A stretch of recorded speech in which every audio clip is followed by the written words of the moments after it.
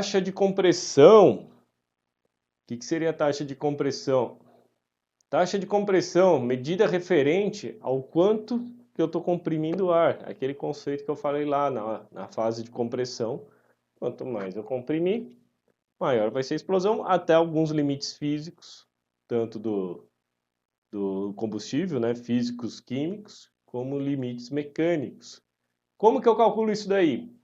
Quando o pistão desce, eu tenho a cilindrada, mais a somatória do volume morto, que é a cabeça do pistão, e o que eu tenho de espaço no cabeçote. O volume morto, ele chama na nomenclatura de V2.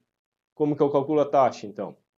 Sabendo a cilindrada unitária, sabendo o volume morto, eu consigo achar quantas vezes eu comprimo o ar. Então, no passado, eu lembro quando eu era criança, via motor de 10 para 1, fala, pô, motor legal, já tem uma taxa boa. Ou seja, significa que o volume que ele tinha total quando ele estava no ponto morto inferior em relação ao ponto morto superior quando ele comprimiu, era 10 vezes maior no inferior do que no superior. Hoje em dia já estamos indo para 11, 12, 13, né, nos motores Otto. Motores diesel, chegava a ter 22, 25, né, e hoje estamos voltando para 15, 16. Como que eu faço para alterar isso daí? Se eu repare que onde eu estou dividindo o número, qualquer coisinha que eu alterar ele vai ter um grande impacto, porque esse número em cima é gigantesco. E como que eu meço o volume morto do motor?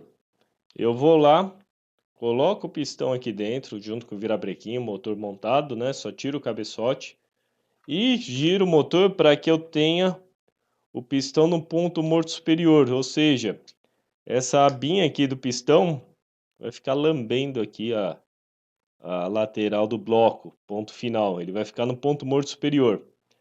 Coloca-se uma capa de acrílico aqui, preenchendo todos os cilindros, vedado, obviamente.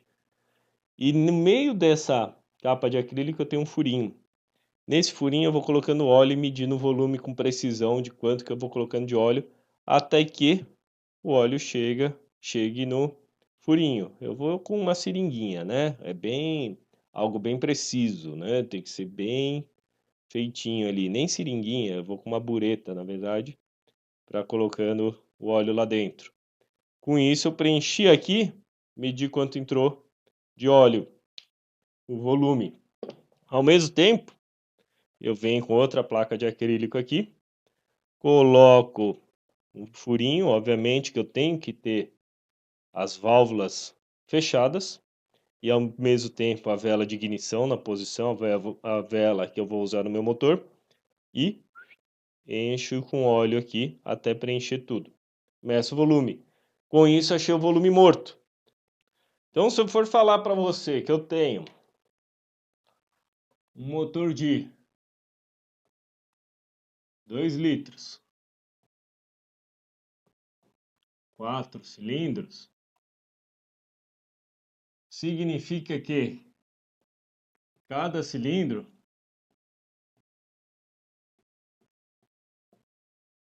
terá apenas meio litro de volume. E o que isso quer dizer? Se nesse mesmo motor eu deixar na ficha técnica que ele tem uma taxa de 10 para 1, o que significa? Que eu comprimo o ar 10 vezes dentro do cilindro, ou seja, o volume total da cilindrada mais volume morto, ele é comprimido 10 vezes. Portanto, o volume morto desse cara, que a gente chama aí de V2, será meio dividido por 10. Consequentemente, depois ajustando as unidades, 50 ml. Pouco, né? 50 ml de volume ali. Não é à toa que quando o cara pega uma enchente, se ele passa na água, qualquer água um pouquinho a mais que entra, o motor admite, ele quebra o motor. Por quê? Eu não consigo comprimir líquido. Líquido você não comprime, você só comprime ar. E se o volumezinho que tem aqui é tão pequenininho, qualquer pouquinho a mais de água que ele admitir ali, não vai conseguir comprimir e vai entortar a biela, vai quebrar pistão, vai quebrar tudo aí por dentro do motor. Então o volume é muito pequeno. Há casos de você ver motor original, que às vezes tem a taxa de compressão até mais alta, do injetor de combustível travar aberto, e o motorista continuar forçando, o carro falhando, ele continua forçando, porque está com excesso de combustível e começa a falhar, ele dá tanto volume na admissão que ele também pode dar calço hidráulico por isso daqui.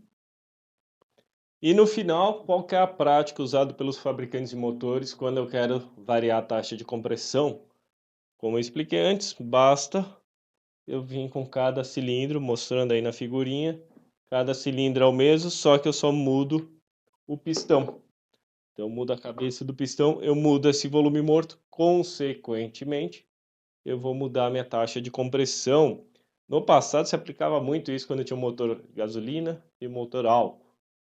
Hoje se aplica ainda motores utilizados no Brasil, porque geralmente no Brasil a gente trabalha com taxa de compressão um pouquinho mais alta que lá fora, graças à nossa gasolina com etanol.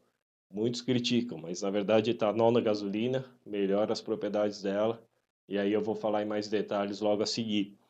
Então, quando eu pego o motor lá de fora, quero rodar ele aqui no Brasil, faço trabalho junto com a Mali, Tofab, todo mundo que faz pistão, para desenvolver um pistão com taxinha um pouquinho maior e aproveitar essa característica do nosso combustível e melhorar a eficiência do motor.